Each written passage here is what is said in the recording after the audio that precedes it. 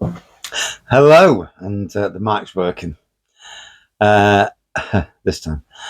So we're going over to Low Cost Beer for their Panda Pop bottles, solid bottles with keg beer in. This is Cafe Racer Coffee and Vanilla Porter, 6.5% from Scotland. So I'll pour it out, see how it looks and smells, and then I'll find you the pump clip. That's a little bit of a head there already.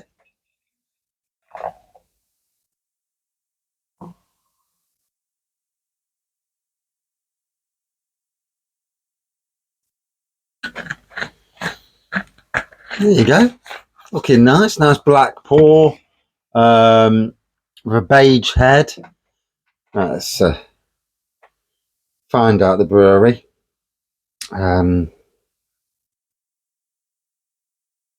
Cafe Racer Fierce Beer.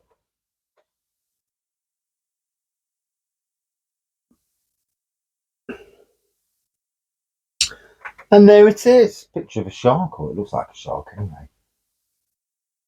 So, that's just the images. And now I clicked on all. Yeah. Yeah.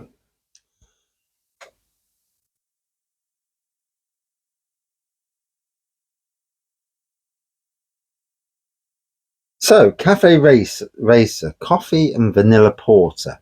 Yeah. Cafe Racer is a dark roasted coffee and vanilla porter with a hint of danger. A nod to the speed-crazed bikers who risked life and limb to race from one greasy spoon calf to the next. Dark as your favourite levers. Smooth as a Triumph Bonneville, and crazy as going ton up and heading for the hairpin.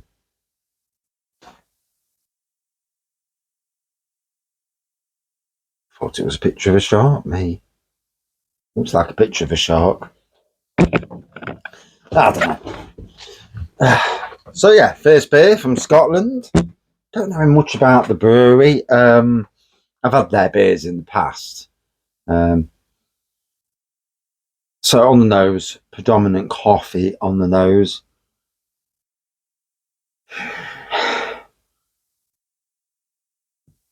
Thought I got a touch of vanilla then, but I'm certainly getting coffee.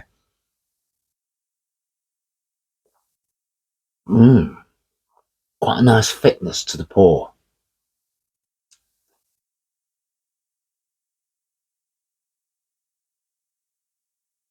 I thought I got a bit of leveriness then, to be honest. It's amazing how beers throw out flavours, and then sometimes they don't throw out anything, and you're there thinking, what the hell am I supposed to be getting with this beer?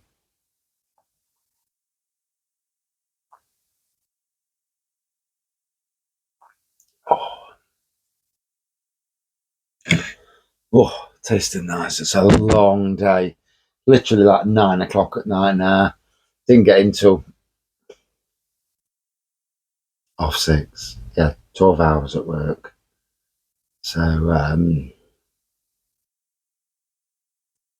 we've got the England match coming this weekend. And I won't be watching it because I'll be in Flamingo Land. Going to Flamingo Land for the day for my son's birthday. So we'll be leaving Flamingo Land at 4 or 5 o'clock when the match starts. Hoping to go to Brass Castle's tap room in Moulton, being as it's flipping nearby, and then shoot back down the M1 and get home. So I'll be home for about 7 or 8 o'clock. So, it is what it is. I'm not overly concerned about it. We played crap the last 3 matches. Win, lose, or draw. They've been crap. It's been really boring watching. It's not fun watching England sometimes. And this hype. Oh, England are going into the tournament. England are one of the favourites to win it, and all this. And you get in and you're like, but they play crap. Yeah.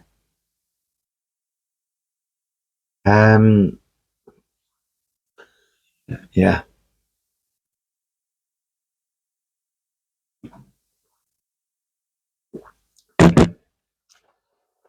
I get to the stages of football where, I'm a fan of football. I'm not going around the world supporting anyone. I ain't got the money to waste and then just to go out drinking all day long, drinking blooming lager and crap. I don't know where all these people get their money from that go to all these football matches abroad. And it's like, where the hell do you get your spare cash to do that? Because you've got to fly out, you've got to eat, you've got to drink, you've got to get the money for the match. And it's like, bloody hell.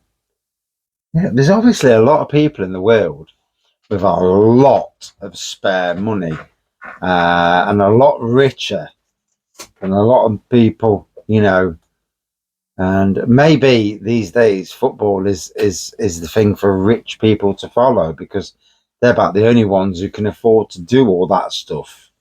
And I've got to be honest, even if I had the money, I wouldn't do it. If I had limitless money where I could go and spend, I wouldn't do it anyway because I'd be thinking there's better things to spend money on. And I like a beer, but yeah, I'm not doing that.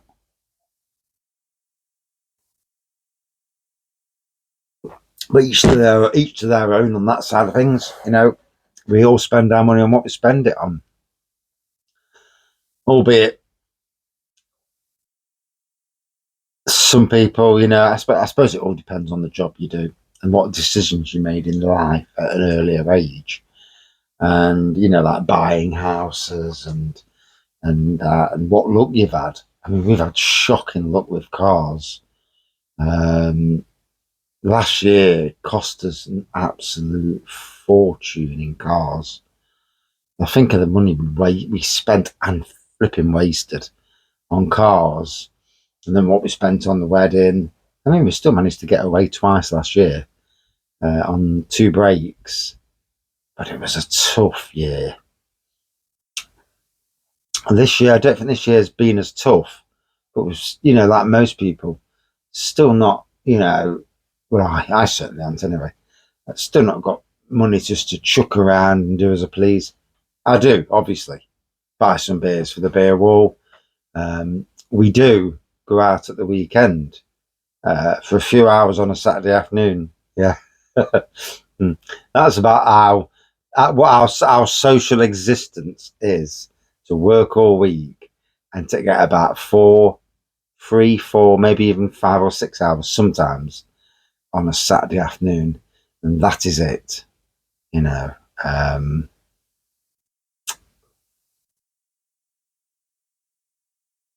People who are gifted, like from relatives and that, and from whoever, and gifted like massive inheritances. Bloody hell! Obviously, back in the day, they worked for that to do that. But was it easier back in the day? It does beg the question. Are we living in a generation where everything is so flipping expensive? Or is it just the fact that it seems expensive? And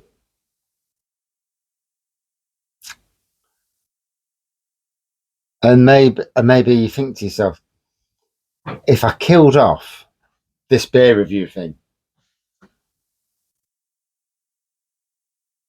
then the money that I'm not spending on beers, I could be nestling away and using that for a rainy day. The only problem with that is bloody rain. Every time we put money away properly, the rainy days come very, very flipping often. Yeah, absolutely saturated. Fucking wet through. Pardon my French.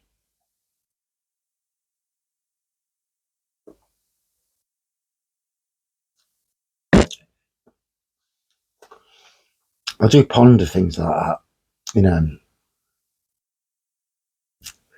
and I've looked at my pension. What a joke pensions are. So the doldosses across the road who don't work, who fiddle the system. She's got a bloke there. He's got an electric car, 68 plate electric car.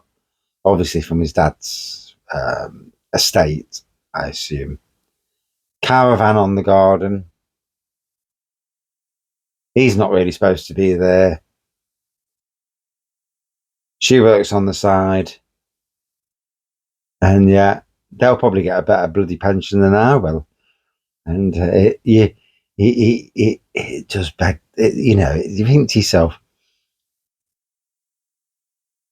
when you look at the country, I'll bet you there's more fiddle in the system. And in a grand scheme, I mean, you only have to look at the rich and, directors of companies paying themselves a minimum wage and then paying themselves a dividend. And you look and you think, so who the hell is paying all the taxes? Is it just the working class who are paying for this country? And that's why those who are either like them there or like the rich, where they can screw it in offshore bank accounts, never pay any tax. And it's no wonder in some ways. You replicate this around the world, and there's definitely a gulf in the classes, a real gulf.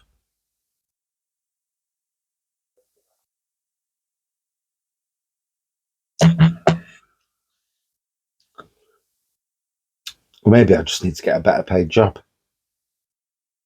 Then at 50, then again, in that way, go and get a better paid job, but doing something that bores the crap out of you every day. And even though the cold and winter and the wet months really do depress me, there are times when I'm there and I look at what I've done and how it's blossoming, and it's like, wow, I did that. And I had a person at the Arnold site. She used to live there 60 years ago when it was a family home, basically. Um, she came and she says, what you've done to the garden is amazing. And she was in awe at what I'd done. They had a good walk round. They were there for several hours. And even when they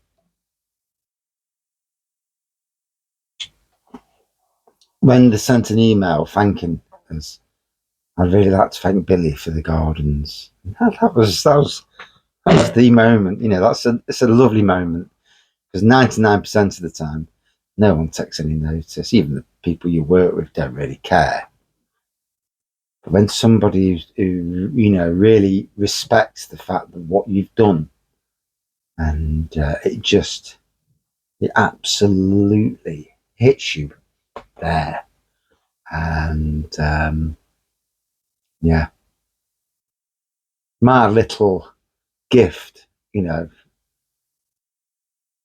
suppose in your life, my 20 years on the Arboretum, making the Arboretum look amazing, stand for nothing now.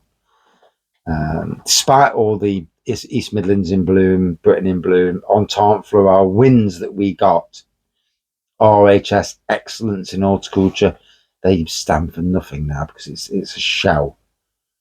And I suppose in life, you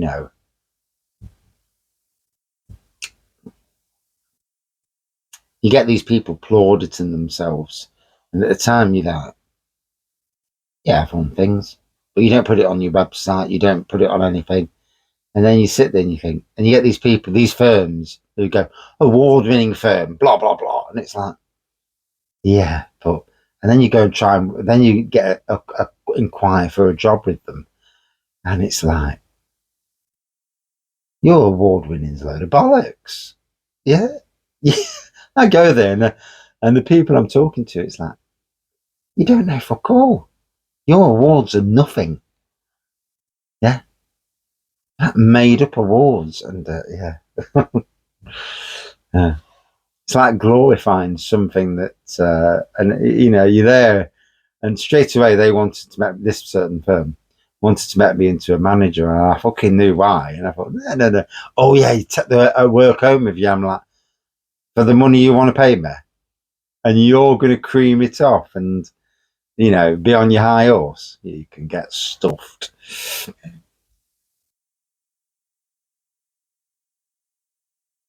Anyway, lots of coffee on this, a real touch of vanilla, and I do mean only a touch.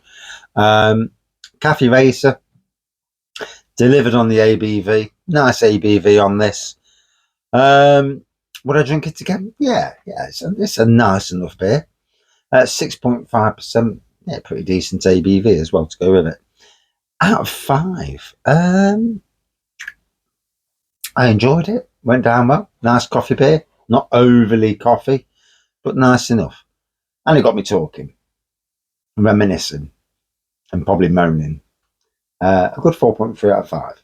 Cheers, on. And I got the microphone working.